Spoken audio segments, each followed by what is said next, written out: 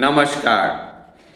श्रीमद् भागवत गीता सप्तम अध्याय विज्ञान योग श्लोक 27।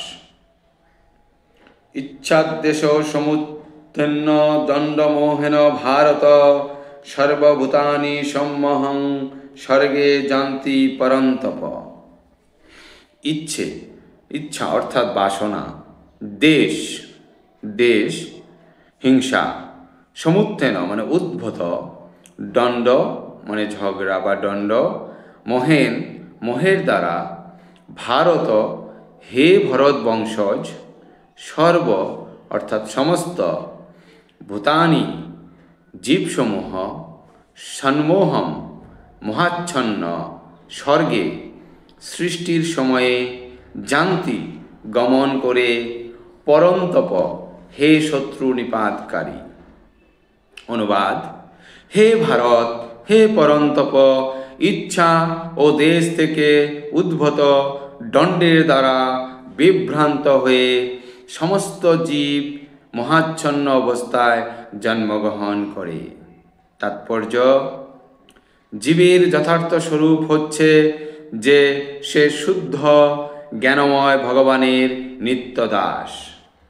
কেউ যখন মহাচ্ছন্ন হয়ে এই শুদ্ধ জ্ঞান থেকে বিচ্ছিন্ন হয়ে পড়ে তখন সে মায়ার কবলিত হয় এবং পরমেশ্বর ভগবানকে জানতে পারে না।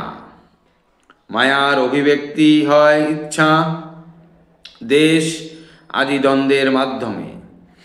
ইচ্ছা ও দেশের প্রভাবেই অজ্ঞানী মানুষ ভগবানের সঙ্গে এক হয়ে যেতে চায় এবং পরমেশ্বর ভগবান শ্রীকৃষ্ণের প্রতি ঈর্ষাপরায়ণ হয়ে ওঠে।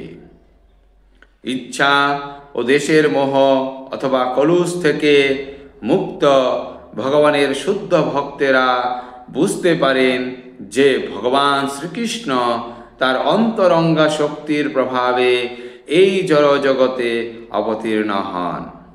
কিন্তু দ্বন্দ্ব ও অজ্ঞানতার দ্বারা মহাচ্ছন্ন ব্যক্তিরা মনে করে যে জড় শক্তি থেকেই পরমেশ্বর ভগবানের সৃষ্টি হয়।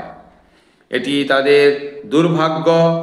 এ ধরনের মহাচ্ছন্ন মানুষেরা মান অপমান, সুখ দুঃখ, স্ত্রী পুরুষ, ভালো মন্দ আদি দ্বন্দ্বের দ্বারা প্রভাবিত হয়ে মনে করে এটি আমার স্ত্রী, এটি আমার বাড়ি, আমি এই বাড়ির মালিক, আমি এই স্ত্রীর স্বামী, এগুলির মোহের দণ্ড।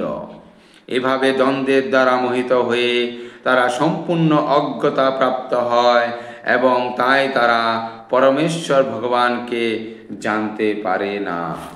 ধন্যবাদ।